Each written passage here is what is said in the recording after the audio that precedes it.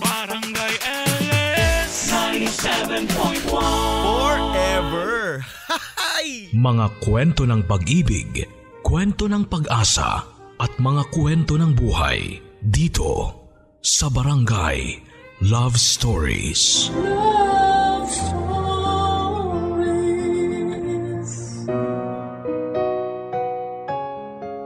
Isa sa mga hangad natin sa buhay ay tanggapin at maunawaan tayo ng mga mahal natin sa buhay. Nais nating matanggap sa mga panahong hindi natin kayang harapin ang ating sarili. Ikaw kapuso, tanggap ka ba ng mga mahal mo? Dear Papa Dudut, itago niyo na lamang po ako sa pangalang Joey, 29 years old at isang dating macho dancer. Kabilang ako sa mga nawala ng trabaho dahil sa pandemya noong 2020. Mabuti na lang at may ipon ako noong time na sinabi sa amin na magsasara muna ang club na pinapasukan ko. Pero kahit na ganoon ay sumama pa rin ang loob ko dahil nawalan ako ng pagkakakitaan.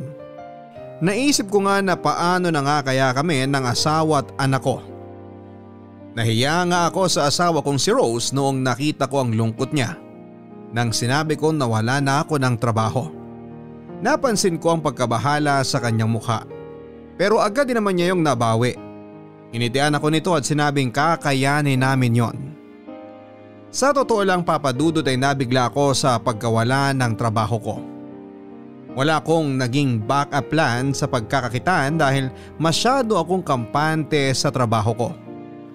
Napamahal na ng todo ko sa pagmamacho dancer ko. Kaya hindi ko naisip na balang araw ay posible itong mawala sa akin. Dumating na nga ang araw na yon Papa Dudut. Naaalala ko pa. Magkaharap kami ng aking asawa, umiinom kami noon ng mainit na salabat habang pinag-uusapan ang plano naming dalawa sa mga susunod na araw, linggo at buwan.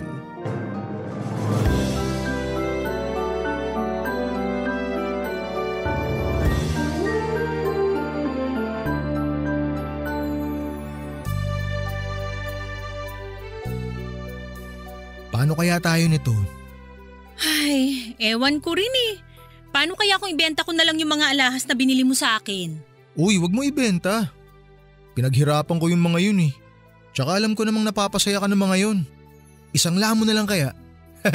Tapos di rin naman natin matutubos. Eh di diretso benta na lang natin kaysa tuloy-tuloy tayong nagbabayad ng interes. Eh, mas maganda kasing pakinggan yung sangla kaysa sa benta. Para kunwari may pag-asa pang mabawi. Ewan ko sa'yo. Buti nakakayanan mo pang magbiro sa kalagayan natin ngayon. Eh kesa naman maglulumpasay ako rito. Yan ang gusto ko sa'yo eh. Napaka-positibo mo. Positibo ako sa buhay hindi sa COVID. Ay naku, ikaw talaga.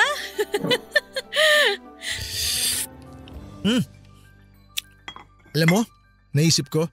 Ano yun? Ikaw na lang kaya mag-macho dancer sa ating dalawa. Sa ngayon kasi parang mas malaki pa yung braso mo kaysa sa akin eh. Umayos ka nga! Seryosohin na natin to. Nagsimula na ang lockdown. Kailangan na nating makaisip ng pagkakakitaang iba. Eh kaya pa naman ang ipon ko. Baka pwedeng sa susunod na lang nating pag-usapan. Hay nako, mabilis lang mawala ang ipon na yan kapag di napapaikot. Pag pinaikot ko ba dito sa mesa yung ATM card ko, madodoble na yon? Joey. Ay, sa totoo lang, wala pa kasi talaga akong alam na gawin eh. Alam mo namang nabigla din ako, di ba? Alam ko naman yun. Kahit ako rin naman, naisip ko nga sayang yung mga tinanggihan kong trabaho dati. Di sana kung tinanggap ko yun, madadagdagan pa yung ipon natin. Mas kampante naman akong nandito ka lang sa bahay para may gumagabay sa anak nating si Miggy. Huwag mo na masyadong isipin yun. May naisip ako. Ano yun? Paano kaya kung mamakla ka na lang? Maraming malungkot na bakla ngayon kasi di sila makalabas. Ikaw pag sineryoso ko yan, huyo ka sa akin talaga. Papatulan talaga ako ng mga baklang yun, bahala ka. Tong katawan kong to? Oh, kita mo ba bumali yan? Ha? Baka mata ko lang ang walang laway nila pag nagkataon. Basta ba may porsyento ako dyan eh. Oh, bakit ka naman magkakaporsyento? Lalawayan ka rin ba nila? Kasi manager mo ko. Saka ako nagsuggest niyan sa'yo, no? Sus, naunahan mo lang ako magsabi niyan. Pero sa totoo, 8 years old pa lang ako, nasa utak ko na yan. Magkano kaya kikitain mo, no? 1K pag walang face mask. 500 plus candy pag naka-face mask kang gigiling. Ang baba naman ang singil mo sa katawan mo. Gawin mo namang 1.8. Binutalan mo pa, di mo pa sinarang 2,000. Sariwa pa naman tong katawan ko ah. Panlaban pa kaya to sa liga ng mga bakla? Baliw ka talaga. Tinan mo yung mga giling kong to? Yung mga hagod na yan? Nako, mga ganitong moves ko, ubos ang kaluluwa ng mga yan. Miggy anak, gising ka na pala. Pinag-uusapan namin ang Yung balak niyong pamamakla. Narinig ko po. Anak, gusto mo bang makipagkwentuhan sa amin ng nanay mo? Wala ka namang klase, di ba? Halika para… Wala po akong interes pag-usapan yung mga plano niyong pamamakla. nagbibiruan lang naman kami ng tatay mo, anak. Kukuha lang naman ako ng tubig. Babalik na rin ako sa kwarto. Nga pala anak. Bukas niyo na lang po sabihin kung ano man yan. Maapdi pa ang mata ko. Gusto ko pang habulin ang tulog ko. Sige. At kung pwede po, huwag masyadong malakas sa mga bibig nyo kapag nag-uusap kayo. Nakakaya kasi sa mga kapitbahay na naririnig yung mga pinagsasasabi nyo. Anak,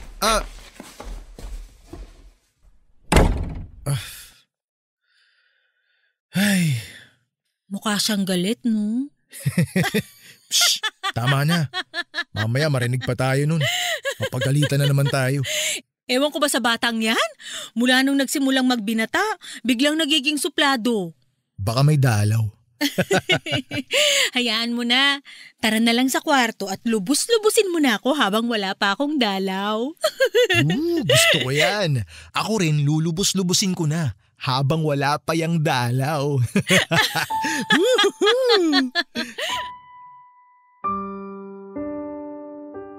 Kung hindi dahil kay Rose, baka nagpakamatay na ako sa sobrang lungkot.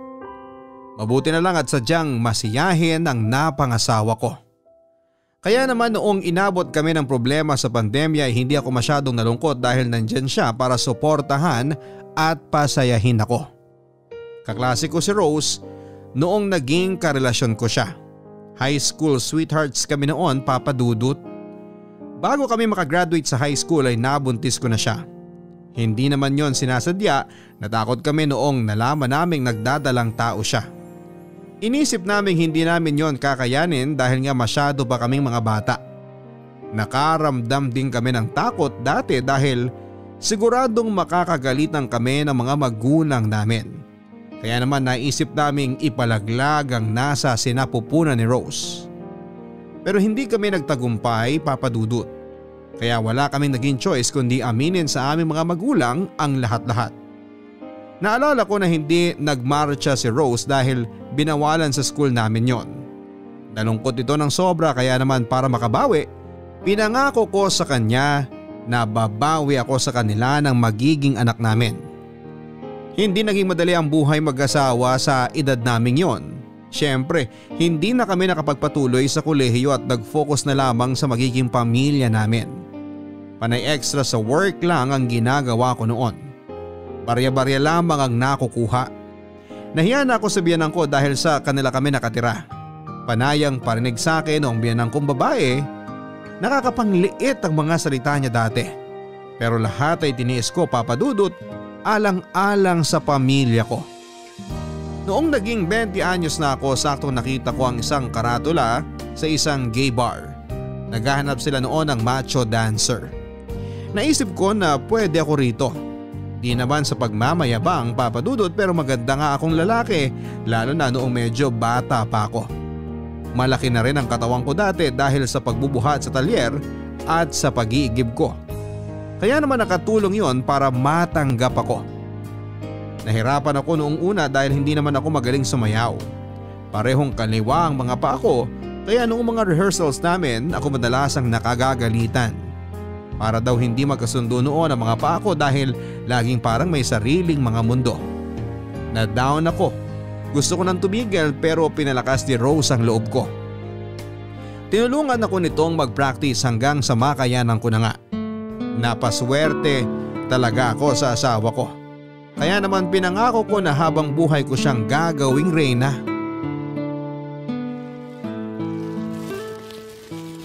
Dito na tayo sa mahana.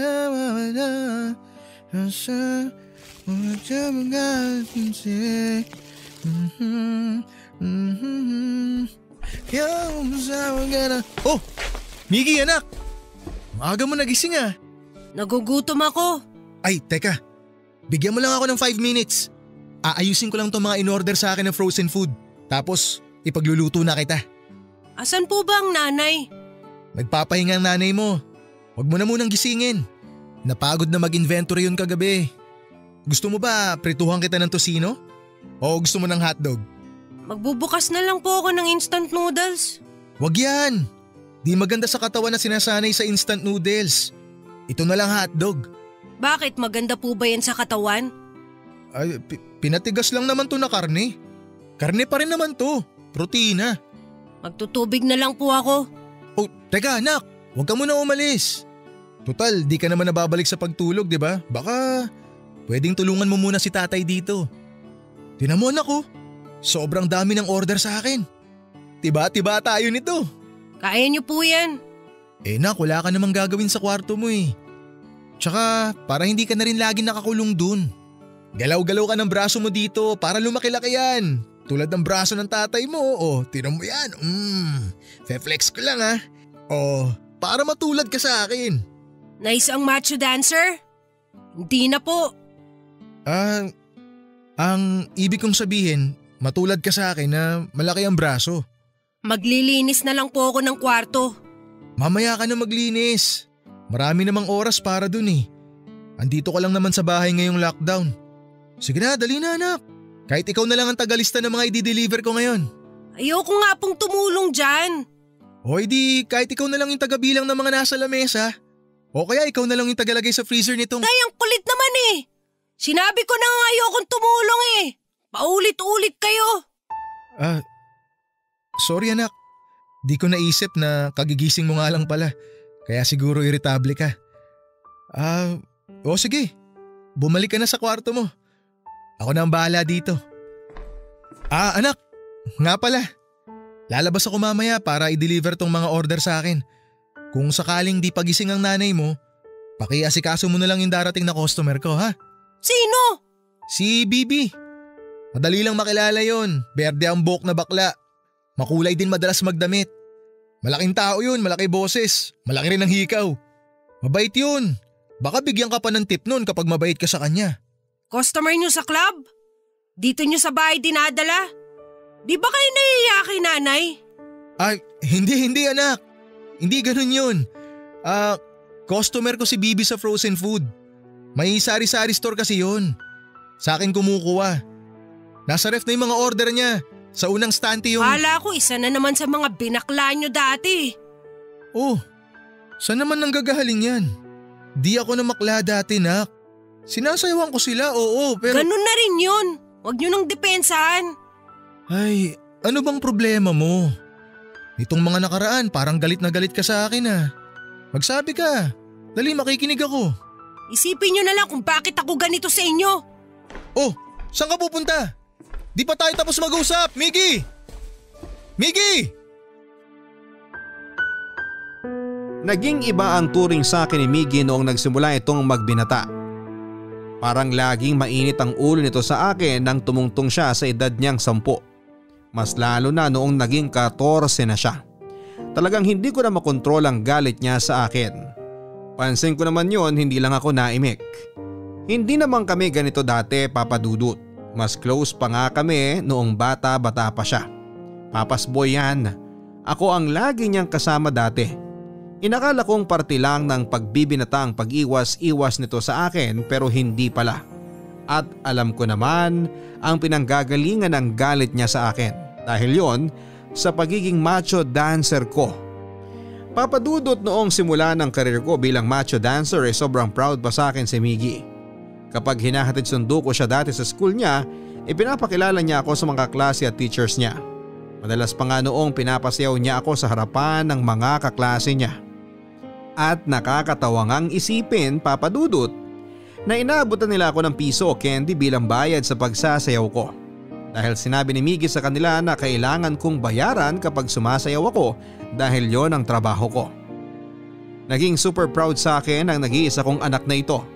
Pero nung nagsimula na siyang magkaedad ay nagbago na siya. Naging palasagot na si Miggy sa akin at hindi ko naman minamasama yon sa kanya. Si Rose ang nagagalit kapag pinapakitaan ako ng kagaspangan ng ugali ni Miggy. Pero sinabi ko sa asawa ko na hayaan na niya. Nagbibinata na kasi. Kahit naman sa totoo lang, alam ko ang totoong dahilan kung bakit siya ganon. Dahil ngayon sa naging trabaho ko. Ramdam ko na kinakahiya ako nito. Kaya ako na rin mismo ang nakaramdam ng hiya sa kanya. Dahil isang macho dancer lamang ako. Naisip ko nga na siguro kung isa akong doktor o inhenyero, baka rerespetuhin na niya ako. Sayang hindi kasi ako nakapagtapos ng pag-aaral. E di sana ramdam ko na noon ng pagiging proud nito sa akin. Barangay Love Stories. Barangay Love Stories.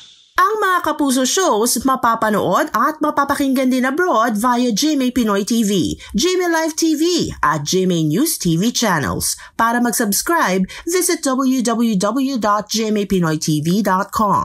Follow us also at GMA Pinoy TV on Facebook, Twitter, Instagram, YouTube, Viber, and TikTok for the latest updates on Kapuso programs, artists, events, promos, and more. Salamat, Kapuso! Barangay Love Stories. Barangay Love Stories. Pasensya ang naging puhunan ko para hindi kami lalong magkainitan ng anak kong si Miggy. Naisip ko kasi na baka kapag inunawa ko siya ng inunawa, mapapagod din siya sa kakahusga sa akin. Saka naisip ko rin na balang araw ay marirealize nitong ginawa ko lamang ang trabahong yon para mabuhay sila. Hindi ko na in-stress ang sarili ko kung paano kami magkakasundong muli. Nag-focus ako sa pagbuhay sa kanila noong nagsisimula na ang pandemya. Mas inuna ko yon kesa sa koneksyon naming dalawa. Mas importante para sa akin dati na may mapakain ako sa kanila. Naging priority ko ang kapakanan nila kesa ang tingin ni Miggy sa akin, Papa Dudut.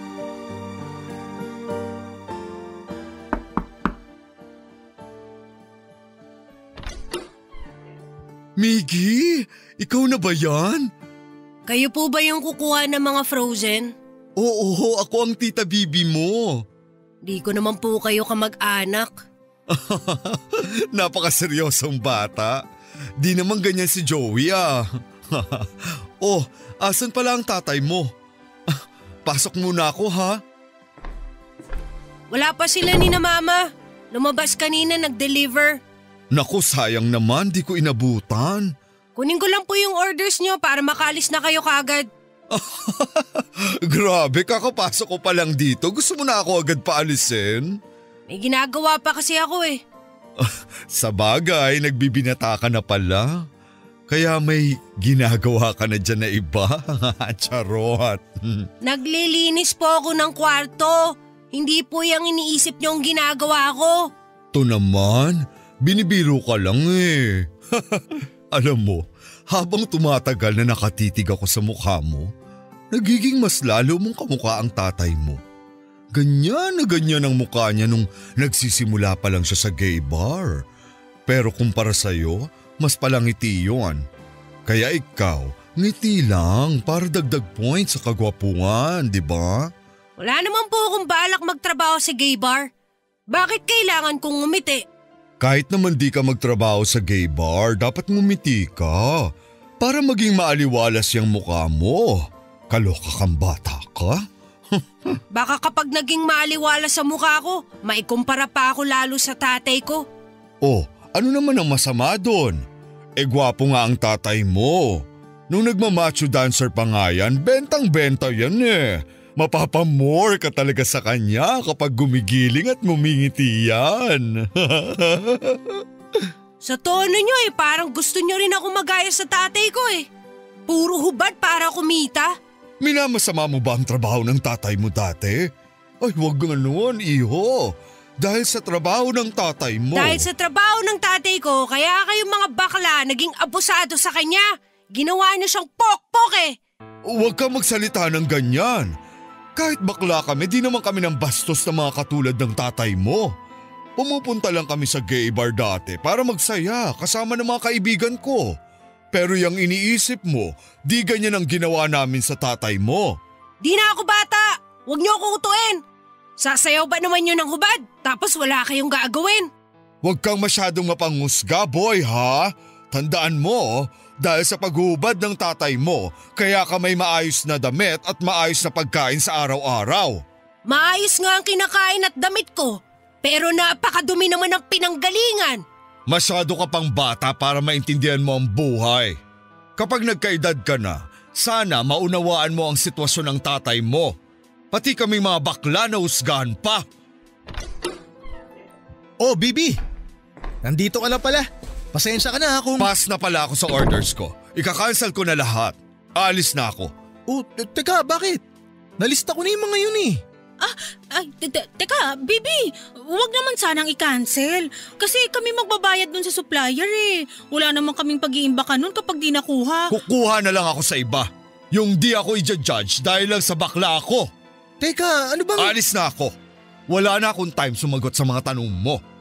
Tanungin mo na lang lahat sa anak mo kung bakit. Wala akong panahon mag-explain. Babu. Bibi, teka lang. Pagsabihan mo yung anak mo sa pagiging bastos, ha? Kung gaano ka gwapo ang muka, gano'n naman ka sa laula ang ugali. Ay… Miggy, anak. Ano na naman ba ang nangyari? Anong sinabi mo kay Bibi? Sinabi ko lang naman yung totoo. Na ano? Napokpok ang tingin niya at ng mga katulad niya kay tatay. Miggy!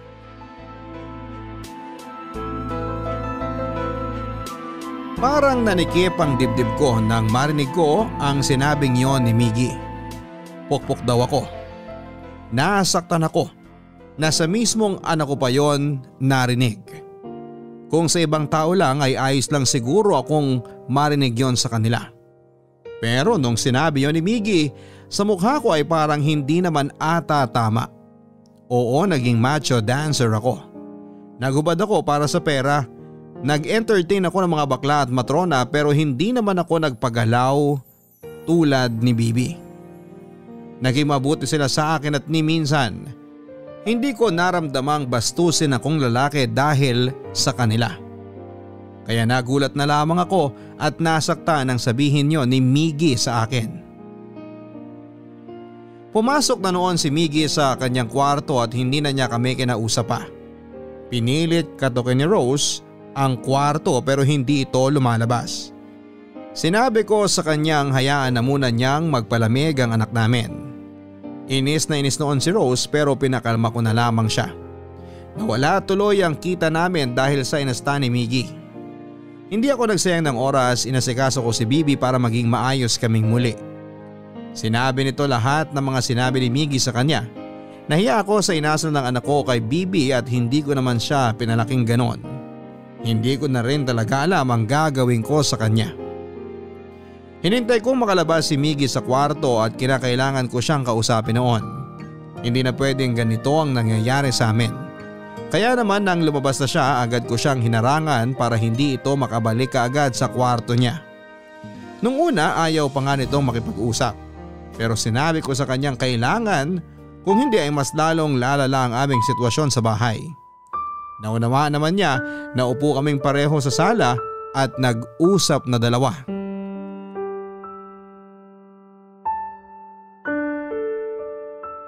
Sinabi na sa akin lahat ni Bibi ang nangyari kanina. O tapos po? Ay… Gusto ko lang sanang pag-usapan natin yun, Nak. Nasabi niya naman po lahat, 'di ba? Ano pang pag-uusapan? Pag-usapan natin kung bakit ganun ang inasal mo sa kanya. Anak, nakakabastos yung ginawa mo kanina. Di lang sa kanya, kundi para sa akin na rin na tatay mo. Di sorry. Pwede na ba akong bumalik sa kwarto? Hindi ka babalik sa kwarto mo hanggat hindi pa tayo nakakapag-usap na dalawa. Tay, pwede ba sabihin niyo na lahat ng kailangan sabihin? Marami pa kasi akong gagawin. Mapapabilis ang usapan na to kung makikipag-usap ka sa akin na maayos. Bakit ka ba biglang nagkakaganyan? Ganito naman na ako dati pa eh. Di nyo lang napapansin dahil masyado kayong busy sa pamamakla at pagsasayaw nyo sa gay bar. Tingnan mo nga yung mga lumalabas sa bibig mo. Totoo naman po lahat ng sinabi ko ah. Hindi ako namakla. Sumasayaw lang ako at… At nagubad. Pinakita nyo sa lahat ang katawan nyo. Trabaho ko lang yun. Marami namang ibang trabaho dyan na di kailangan magpakita ng katawan. Pero mas pinili nyo yung mas madaling trabaho kung saan mas mapapastos kayo. Dahil yun lang ang kaya kong gawin nun. Wala akong tinapos. Sino ang tatanggap sa isang high school graduate na katulad ko? Hindi kasi ako matalino eh. Mapuro lang utak ko. Kaya tinalo ako ng mga nakasabay ko nag-apply ng trabaho. Kaya mas pinili nyo ang trabahong tamad. Yung trabahong ibibilad nyo ang katawan nyo sa iba. Yung katawan nyong dapat sinanay lang at ikaw nakakakita, ganun po ba? Oo! Kung ito ang paraan para mabuhay ko kayo at mabili ang lahat ng hinihirit nyo sa aking mag-ina. Hindi ko kailangan ng pera nyo na galing sa pamamokpok. Kanina ka pa pokpok ng pokpok dyan eh. Hindi nga ako pokpok. Ni minsan hindi ako naging pokpok. Mamatay man kami ng nanay mo ngayon. Sumasayaw lang ako pero hindi ako nagpapagalaw kahit kanino. Sus, wag na kayo magmalinis. Hindi na ako bata para utuin niyo ulit. Ay, hindi kita… Pokpok ka, tay! Pokpok! Sobra ka na! Kayo ang sobra! Tuloy-tuloy pa rin kayo sa ginagawa niyo kahit napapahiya na ako sa mga kakilala ko! Hindi importante ang sinasabi nila. Inggit lang yung mga yon. Bakit naman sila maiinggit sa trabaho niyong bastos? Miggy, ang bunganga mo sumosobra ka na talaga. Huwag niyong ipilit sa akin yung mga rason niyo dahil hindi niyo alam ang pinagdadaanan ko sa mga nakakaalam sa trabaho niyo. Kung kayo hindi nahiya sa ginagawa niyo, pues ako oo. Di tayo magkasing kapal na mukha, kaya huwag ka magsalita ng ganyan. Akala niyo naiintindihan niyo lahat. Mas lalo nagkalamat ang relasyon namin ng anak kong si Miggy dahil sa pag-uusap na yon. Na doble ang pagkukulong nito sa kwarto. Hindi na nga rin siya noon nakikisabay sa amin sa pagkain. Ilang beses nang pinagalitan ni Rose ito pero sinaway ko lamang ang aking asawa at sinabing hayaan na lang muna. Naubusan na nga ng pasensya itong si Rose kay Miggy. Pero kabaligtaran ako. Mas hinabaan ko ba ang pasensya ko kahit na madalas na ako nitong binabastos. Nalaman ko sa ibang kabag-anak namin na kung ano-ano ang pinopost nitong parinig sa akin sa Facebook. Nasaktan nga ako noong nalaman kong pinost niya na sana raw ay may tsansa para makapili ng magiging tatay. Hindi ko lang masyadong dinaan sa utak ko ang sinabi niya para hindi na kami magkagulo lalo. Tuwing nakikita ako nito, panay ang pagdadabog nito. Sa gabi naman, naririnig ko siya noon na sinisiraan ako sa mga kaibigan niya. Nakakadiri raw ang pagiging pokpok ko. Hindi ko inasahan na maririnig ko ang mga salitang yon sa sarili kong anak. Hindi ko inaasahan na magiging dahilan ang trabaho ko para magkalayo kami ng loob, Papa Dudut. Kung sana lang matalino at nakapagtapos ako, hindi na sana kami umabot pa sa ganito. Barangay Love Stories. Barangay Love Stories. Ang mga Kapuso shows mapapanood at mapapakinggan din abroad via GMA Pinoy TV, GMA Live TV at GMA News TV channels. Para mag-subscribe, visit www.gmapinoytv.com. Follow us at GMA Pinoy TV on Facebook, Twitter, Instagram, YouTube, Viber, and TikTok for the latest updates on Kapuso programs, artists, events, promos, and more. Salamat, Kapuso! Barangay Love Stories. Barangay Love Stories. Noong kalagitnaan ng pandemya, inalok ako ng kasamahan ko na bumalik bilang macho dancer. Sinabi niyang hindi gaganapin yon sa gay bar kundi sa bahay lang mismo, pero online. Nauso nga yon noong papalakas ang pandemya. Naging online ang pagsasayaw para ma-entertain ang mga dati naming kliyente na walang magawa sa kanilang mga bahay. Nakarami ng araw na ang kita ang kasamahan ko dahil doon. Sinabi niya na puhunan lang daw ang internet, magandang ilaw, magandang underwear at kakisigan. Natawa na lamang ako sa mga sinabi niya pero parang nainganyo nga ako. Naging masaya naman ako sa pagbebenta ng frozen food at pagsa-sideline ng pagdi-deliver para sa ibang tao. Pero dagdag kita pa rin syempre yung pagmamacho dancer. Naisip ko nga na mas magiging madali yon para sa akin dahil nasa bahay lang. Sinabi ko nga ang plano kong ito kay Rose bilang asawa, naisip ko na kailangan niya munang malaman. Sa kapapadudot medyo alanganin din ako noon sa pagbabalik sa pagsasayaw lalo't hayagang sinabi sa akin ni Miggy na inis ito sa pagmamacho dancer ko. Oh, bakit kailangan mo pang tanungin sa akin kung babalik ka ba sa pagmamacho dancer? Alam mo naman go lang ang sagot ko dyan. Nagdadalawang isip kasi ako eh. Bakit ka naman magdadalawang isip? Pera din yan. Alam mo naman kailangan natin yan. Saka para ma-practice ka na rin. Baka mangalawang ka na kung di ka sasayaw uli. Sige ka, baka pareho na naman kaliwa ang paa mo kapag nagbukas na uli yung gay bar nyo. Pero kasi… Alam mo, kung ako sayo, go na lang yan. Wala ka namang ginagawang mali eh. Sasayaw ka lang naman. Saka maganda nga kung online gagawin. At least, di ka na kailangan lumabas. Dito ka lang sa bahay. O diba, kasama ka na sa mga nagwo-work from home. Ay, ewan ko na talaga.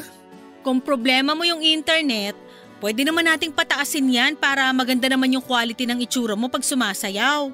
Saka pwede tayong bumili ng magandang webcam para makinis kang tingnan.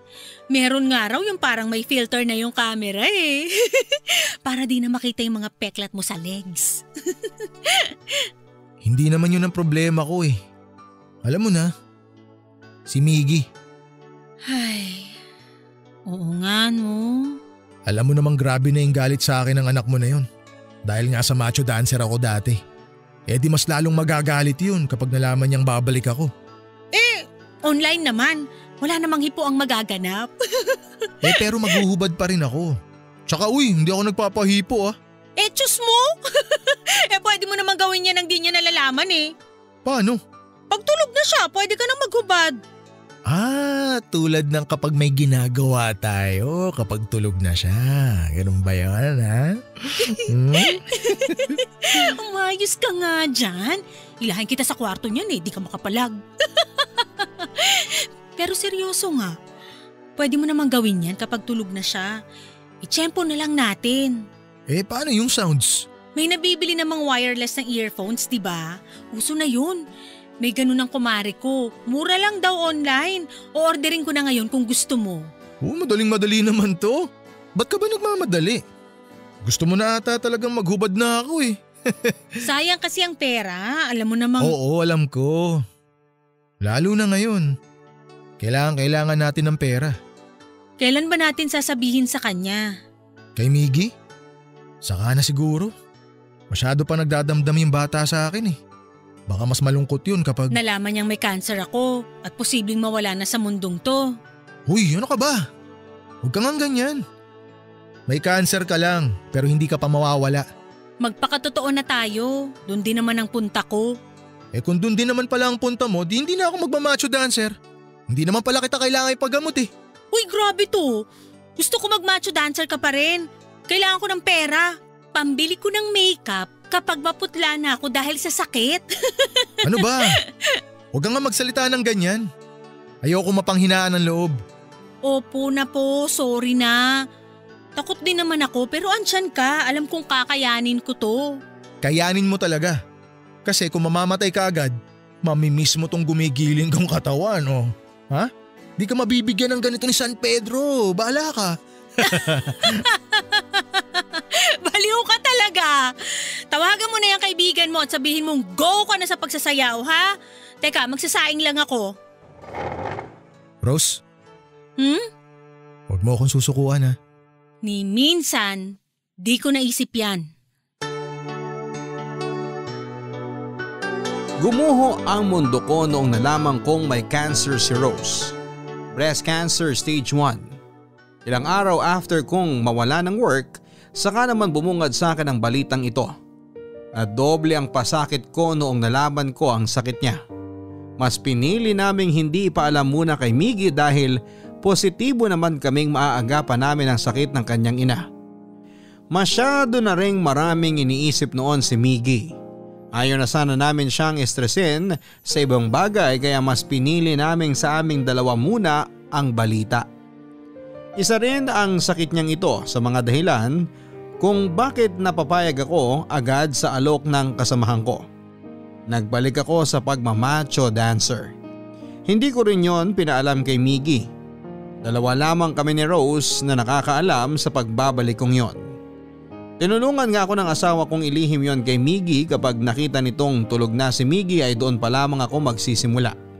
Laging nakabantay noon si Rose sa pintuan para maramdaman niya kung magigising ba si Miggy. Pero minsan nakakatulog na lamang noon si Rose dahil nga sobrang lalim na ng gabi kapag nagsisimula na ako. Hindi ko naman siya magising-gising noon dahil kailangan din ang katawan niya ng pagpapahinga.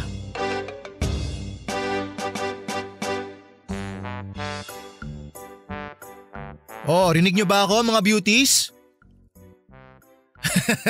Sabi ko, rinig, hindi titig. Grabe si Madam Ganda 04 oh. Makatitig naman po kayo sa akin. Para akong yelo sa ilalim ng araw ah. Tunaw na po ako. Basta mga bebe ko, alam niyo na po kung paano magsisend ng bayad ha. Bayad po muna tayo bago po sayaw. Malinaw po yon, ha? Sendan niyo po ako dito sa GC natin ng screenshot kung bayad na kayo. Ay, Ma'am Len 68, sorry po. Wala po yung kantang yan sa akin eh. Wala po tayo niyan, pasensya na. Di ko po na-download. Pero may babagay akong kanta para sa kagandahan niyo. Huwag kayong mag-alala, ako bahala sa inyo. Sigurado matitripan mo yon. Oo, good yun, good yun. Grabe yung gusto niyo pa ng pulang brief ha. Di pa ako nakakapaglabay. Eto na munang blue. Maganda naman sa balat ko eh, di ba? Kitang-kita naman oh. Bagay na bagay. Oh, gusto niyong tumalikod ako? Ay grabe sila oh. Madaling araw na pero gusto pa rin bumoso. Iba? Charot lang. Naku, Ma'am Lady in Red. Huwag po kayong pala desisyon sa kulay ng brief ko ha. Hayaan niyo na po ako. Malaki na ho ako. Kaya ko na ho ang sarili ko. Relax lang po kayo dyan. Bukas kapag uulit kayo, promise isusuot ko na yung mga gusto ninyo. Kaya pa-reserve na kayo habang maaga pa, okay? Check ko lang ha. Sandali, tinitignan ko yung mga screenshot nyo ngayon eh. Okay. Okay na to.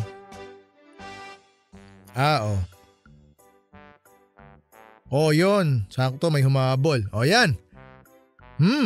Mukhang ready na kayong lahat ah. Si Ma'am Dark Angel 84 oh. Nagpapaypay na. Init ba? Mukhang nadadala na kayo sa hotness ko dyan ah. Saglit na lang kasi mukhang may dalawa pang hahabol eh. Pahabulin natin, kawawa naman. Para masaya rin sila ngayon. Ayun na, nakahabol. Sakto. Paalala lang po ah. Basta po yung mga bagong pasok, pakicheck na lang yung GC natin para makita nyo po yung mode of payment at mga available na mga kanta na pwede kong sayawin. Okay po? Si Ma'am Liwayway ng kahapon 394 oh. Wala na pong mas liliwanag yung ilaw ko. Hindi naman po pwedeng fluorescent lang pang gamitin ko sa paggiling. Masyado maliwanag yun ma'am. Makikita nyo ho ang pores at stretch marks ko. Tawa naman si ma'am oh. Aliw na aliw ka ma'am ha. Siya, mukhang ready na talaga kayo. Okay ididim ko na yung ilaw ha. Itong ilaw na pula at green ayan didim na natin. Ayan na. Pampagana muna tayo, palakpakan naman dyan para may magising. Galaw-galaw, para yung dugo maanda, dumadaloy. Tay? Miggy? Baboy nyo! Mga madam, pasensya na ho kayo, sandali lang po ha. Babalik po ako, sandali lang.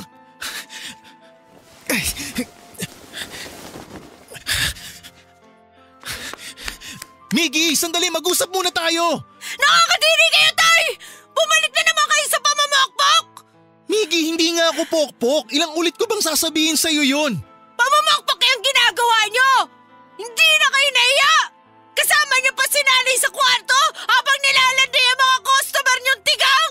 Alam mo kung saan ka nakakapulot ng mga ganyang salita? Sa inyo naman nagmula lahat ng yan ah! Ginagawa ko lang to para magkapera tayo.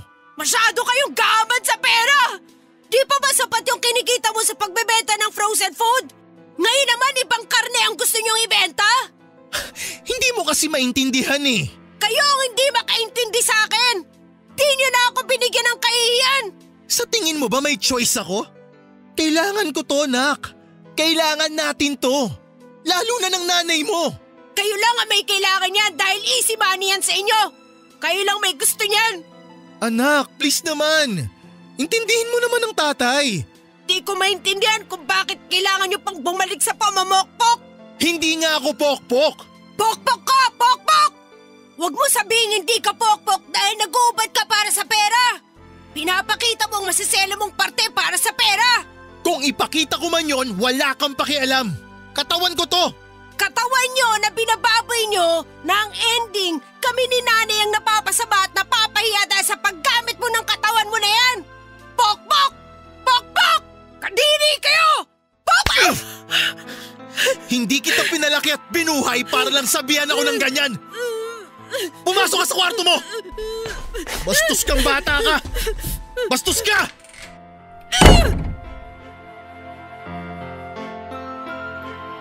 After noon ay nagmakaawa si Miggy kay Rose na tumira muna sa kanyang tiyahin.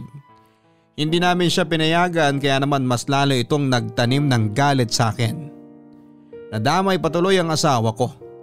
Hindi na kami parehong kinibo ni Miggy at nagmatigas na rin ako noon at hindi siya kinausap. Nais kong makita niya ang mali sa mga sinabi niya at ginawa niya. Hindi porket mapagpasensya ako noon babastusin na lamang niya ako ng ganon-ganon na lamang. Tatay pa rin niya ako, yon ang sinabi ko. Matuto siyang respetuhin ako kung gusto niyang maging maayos kaming pareho. Mas tumindi ang tensyon sa bahay at sobrang na-stress na si Rose at alam kong hindi yon makakabuti sa kanyang kalusugan. Sinabi kong hayaan na lamang niya si Miggy at lilipas din ang galit niya. Pero hindi nangyari yon, mas lalong sumama ang turing sa amin ni Miggy. Sinabi ko kay Rose na sabihin na namin ang kalagayan niya para malaman nito na bumalik lamang ako sa pagmamacho dancer para lamang may ipampagamot sa kanya. Pero tumanggi ito. Sinabi niya sa akin na hindi pa raw siya ready. Naiintindihan ko naman kaya naman muli na naman kaming nagtiis sa ginagawa sa amin ni Miggy. Hindi na nga ako talaga kinausap ni Miggy. Parang naging hangin lamang ako sa kanya. Si Rose naman saka lang nito kinakausap dati kapag pipilitin niyang payagan na siyang umalis sa bahay para tumira sa kanyang tiyahin. Hindi nga pwede, Miggy. Huwag matigas ang ulo mo. Payagan niyo na kasi ako tumira kina Tita Len. Kahit hanggang matapos lang toong lockdown. Hindi pwede. Ang liit na nga ng bahay nila sisiksik ka pa doon. Pumayag naman siya Para rin daw may kasama si Baby Chia. Gagawin ka lang nung tagabantay ng anak niya. Dito ka na lang sa bahay para makatulong-tulong ka naman sa amin. Ayoko nga po dito sa bahay. Huwag mong ibabalik na naman yung issue sa tatay mo Pagod na ako sa kakareklamo mong bata ka. Hindi nga maganda sa pakiramdam na kasama ko sa bahay si tatay Walang ginagawang masama ang tatay mo. Pati ba naman ikaw, Nay? Pati ba naman ikaw nalason na rin niya ang utak? Wala siyang nilalasong utak dito. Ikaw lang ang makitid ang utak. Hindi makitid ang utak ko. Alam kong masama ang ginagawa ni tatay. Anong masama? Yung pagsasayaw niya para mabuhay ka? Para mabili mo lahat ng gusto mo? Sige nga, saan doon ang masama? Di niyo talaga makita, Nay. Ang hali ng ginagawa ni tatay. Oo, sumasayaw nga siya noon. Hanggang ngayon. Oo, sumasayaw ng nakahubad ang tatay mo. Pero hanggang doon lang ang serbisyong binibigay niya sa mga customer niya. Di na lumalagpas pa sa iba. Masyado kayong mapagtiwala kay tatay. Malay niyo ba na may pailalim na gawain yan? Hindi niyo alam ba? Huwag kang nagsasalita ng ganyan sa tatay mo. Marangal ang tatay mo. Marangal? Ha! Marangal ba yung ginagawa niya? Nakita na halos ng kalahati ng populasyon sa atin ang kaluluwa niya. Anong kinarangal niya doon? Huwag kang makapagsalita na ganyan sa tatay mo! Masyado ka ng bastos! Di porket di ka nilalabanan ng tatay mo, ganyan mo na siya kung durugin! Tatay mo pa rin yon! Sana nga di ko na lang siya tatay eh. Para wala na akong kailangan durugin na ganito. Nakakapagod maging anak niya. Nakakapagod intindihin ang kalayang ginagawa niya. Ikaw, inintindi mo siya? Kailan? Wala ka nang ibang ginawa kundi husgahan ng tatay mo. Nung nagmamacho dancer siya sa gay bar, inayawan mo. Binastos mo. Okay, sige, sorry na lang doon. Tapos nung nagbenta siya ng frozen food, inisip mo pa rin na masama. Inisip mo na may ibang kapalit sa customer niya ng frozen yung pagbebenta niya. Grabe ka! Sanay siya sa maduming trabaho eh. Isang beses ka pang magsalita na ganyan sa tatay mo. Makikita Totoo naman na eh. Kasi kung malinis siyang tao, kung may pakialam pa siya sa dignidad niya, di na sana siya babalik pa sa paghubad. Nakakaya! Online pa niya ginawa. Paano kung kumalat yun sa Facebook? Sino na naman ang mapapahiya? Ako na naman, di ba? Intindihin mo ang tatay mo. Kailangan niya magkapera. Masyado siya mukhang pera. Miggy! Pati ikaw, Nay! Nagbago ka na! Pati ikaw nagmumukhang pera na rin! Baka isang araw, hilahin ka na rin ni tatay para gumiling-giling sa camera! Napakabastos mong bata ka! Mas bastos pa yung bunganga mo kaysa sa isang daang pok-pok! Pati kayo, Nay! Hindi niyo maintindihan ang kalagayan ko! Ikaw hindi makaintindi! Makinig ka! Bitawan Makinig niyo ka, ako! sabi eh! Bitawan niyo ako! Miggy, ano ba? Aray! Oh, Rose! Anong nangyayari dito? Joey!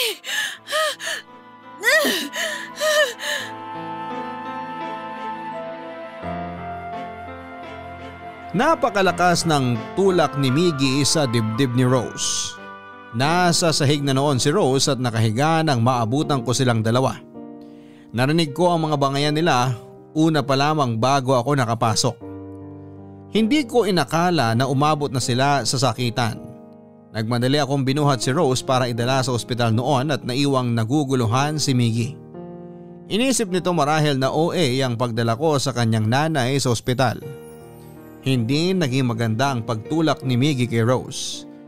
Kinailangang magstay ng ilang araw ni Rose sa ospital para mabantayan. Hinang-hina ako noon habang pinagmamasdan si Rose. Gusto ko nang saktan si Miggy sa totoo lang dahil sa sobrang sama ng ginawang pag-uugali nito. Inawat lamang ako ni Rose at sinabi niyang hindi naman alam ni Miggy ang kalagayan niya. Yun na lamang ang ginamit ko para kalmahin ang sarili ko. Binala ko nang sabihin na kay Miggy ang katotohanan. Naisip kong eto na siguro ang paraan para mas maunawaan niya ang sitwasyon ko. Pero napaatras ako nang naisip kong baka malugmok ito sa lungkot kapag nalaman niyang may sakit ang nanay niya. Kaya naman tinikom kong muli ang bibig ko at piniling huwag sabihin sa kanya ang totoo, kapalit man noon ay ang walang kamatayang panghuhusga sa aking pagkatao.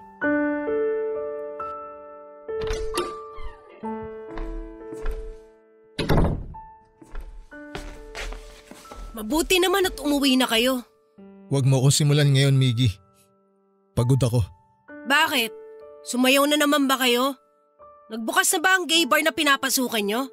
Galing ako sa ospital. Hindi ba halata? Dinadahilan nyo lang ata ang ospital para makapagsayaw na naman kayo eh. Ilang araw nang nasa ospital ang nanay mo. Sa tingin mo gagamitin ko pa yung dahilan para itago sa'yo ang pagsasayaw ko? Sanay naman kayo nagsisinungaling sa akin para itago yung ginagawa nyong kahalayan eh. Miggy, wala akong oras makipag-away sa'yo ngayon. Magpapahinga lang ako ng konti, maya-maya babalik na ako ng ospital para bantayan ang nanay mo. Talagang may eksena pa kayong ospital-ospital no?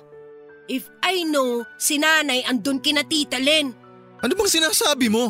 Ginagawa mo lang rason niyang ospital para matuloy mo ang pagiging malaswa mo. Alam mo, kung pwede lang kitang dalhin ngayon sa ospital para makita mo ang kalagayan ng nanay mo, ginawa ko na eh. Ha! Pasalamat kayo at bawal ako lumabas. Dahil kung hindi, magkakabukingan tayo. Parang di na kita kilala. Kayo ang di ko na kilala. Pati si nanay nagawa niyong kuntsabahin sa pagmamacho dancer niyo. Di na kayo nahiya. Pati si nanay dinami niyo sa kalayan niyo. Nasa ospital ang nanay mo ngayon dahil sa ginawa mo. Wag ako, tay. Hindi ganun kalakas ang tulak ko sa kanya. Nagtataka nga ako kung bakit ganun na lang makapag-inarte si nanay na nasaktan siya. Halos hindi naman ganun kadin ang pagtulak ko sa kanya. Miggy, utang na loob. Huwag mo akong galitin. Ay, talaga? Talaga? Huwag mo akong susubukan, bata ka. Sumusobra na yung kabastusan mo. Sarili mong nanay, hindi mo na kayang galangin. Kayo ang di ko ginagalang at hindi ang nanay Dahil pokpok ako. Yun ang tingin mo lagi sa akin, di ba? Sige. Pagbibigyan kita na tawagin akong pokpok. Kung kapalit naman ng pamumokpok ko na sinasabi mo, magandang buhay para sa'yo at sa nanay mo. Di ko kailangan ng buhay na sinasabi mo. Pero ang nanay mo, kailangan yun. Kailangan? Kayo lang naman tong namimilit na kailangan ni nanay ang pera na yan. May cancer ang nanay mo. Sabihin mo sa akin ngayon, kung hindi niya kailangan ng pera galing sa pamumokpok ko. May cancer si nanay? Sa tingin mo ba gusto ko bumalik sa pagmamacho dancer para lang sa sarili ko? Hindi. Dahil ako, kaya kong mabuhay sa pagbebenta lang. Pero hindi ganun eh. Hindi pwede ganun ngayon. Kailangan kong isipin ang kalagayan ng nanay mo. Anong gusto mo? Hayaan ko siyang hindi mapagamot? Ha? Hayaan ko siyang mamatay na lang? Ganun ba gusto mo? Nagsisinungaling na naman kayo! Walang sakit! Miggy, anak ka naman talaga.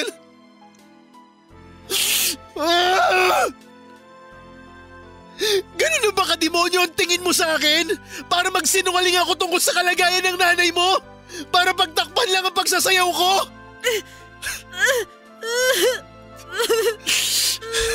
Hindi mo alam kung gaano kahirap sa akin ang ginagawa kong to. Ayoko magalit ka sa akin dahil sa pagsasayaw ko, pero kailangan kong ilaban ang buhay ng nanay mo. Kaya mo sabihin sa akin, nahihinto ko na itong ginagawa ko ngayon. Sabihin mo sa akin ngayon. Kasi saan ako kukuha ng ibang dudugtong sa buhay ng nanay mo? Saan? Pwede naman kasi... Anak. Desperado na ang tatay mo para madugtungan ang buhay ng nanay mo. Desperado na ako, anak. Pwede ba isang tabi mo muna yung nararamdaman mong galit? Isang tabi mo muna yung mga nararamdaman mo. Dahil ako, tinapon ko na ang lahat ng hiya at dignidad na meron ako dati pa. Mabuhay ko lang kayo.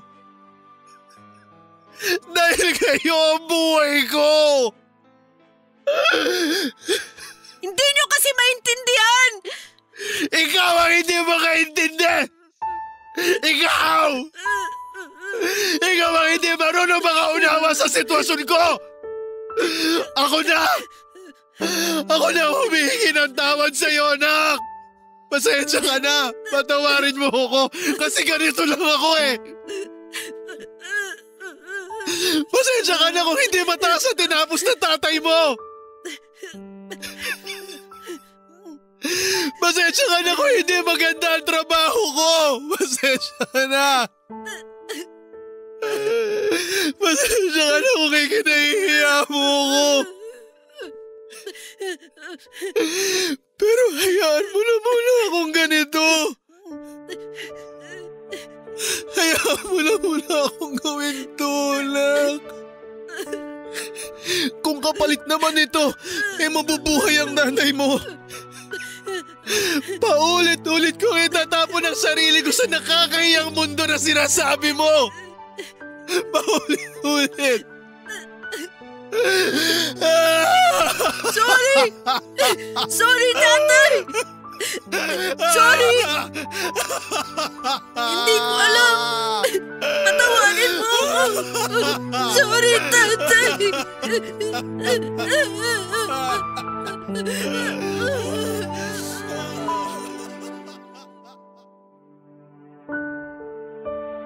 Mula nang nagkausap kami ni Miggy ay naunawaan na niya ako. Naintindihan na niya ako, hindi ko gusto ang ginagawa ko. Pero kailangan para sa nanay niya.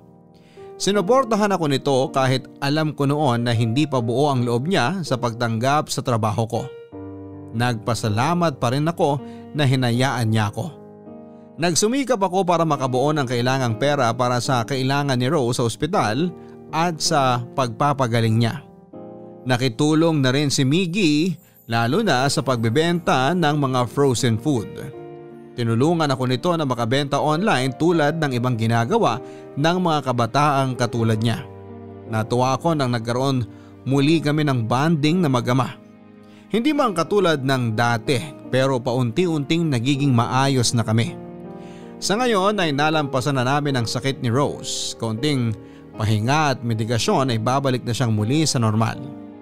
Tinigil ko na rin ang pagmamacho dancer bilang respeto ko na lang din sa aking anak. Natuwa ito at sinabing handa na naman siyang tumulong sa ibang paraan para kumita. Nasiyahan na rin ako kahit papaano dahil nagsimula na kaming maging maayos na pamilya. Inaamin ko naman papadudot na nakakamiss din ang kita sa pagsasayaw.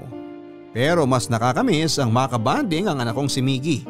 Hindi ko yun ipagpapalit sa kahit na anong trabaho. Paminsan-minsan nagsasayaw pa rin ako dahil hindi ko pa yon matanggal sa sistema ko. Pero pangkatuwaan na lamang at hindi na masyadong bigay todo tulad ng dati. Maraming salamat po Papa Dudut sa pagbasa ng aking liham.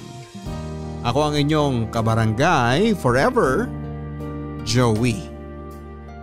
Hindi madaling ipaunawa sa ibang tao ang daang pinili mong tahakin para mapabuti ang buhay ninyo. Marami ang pwedeng hindi makaintindi at marami ang huhusgahan ka. Pero sa bandang huli, isipin mo pa rin kung saan ka magiging masaya at kung saan mas makakabuti ka. Kung hindi naman nakakabuti ang pakikinig sa opinyong masasakit ng iba, doon ka ba pupunta? Maraming salamat muli sa ating sender for today na si Joey at paniguradong hindi lang ikaw ang may ganitong sentimiento. At hangad ko na sana ay maunawaan kayo ng mga taong nakapaligid sa inyo. Lalo na ang mga minamahal ninyo. Hindi biro ang mahusgahan base lamang sa inyong ginagawa para maging maayos ang inyong buhay. Dahil dyan, saludo kami sa inyo dahil kaya ninyo. Hanggang sa muli mga kapuso, ako po si Papa Dudut sa mga kwento ng pag-ibig, buhay at pag-asa dito sa Barangay Love Stories #1. Mga kwento ng pag-ibig, kwento ng pag-asa at mga kwento ng buhay dito sa Barangay Love Stories. Love Stories. Forever. Nagustuhan ng iyong napakinggan? Ituloy yan via live stream sa www.gmanetwork.com/radio.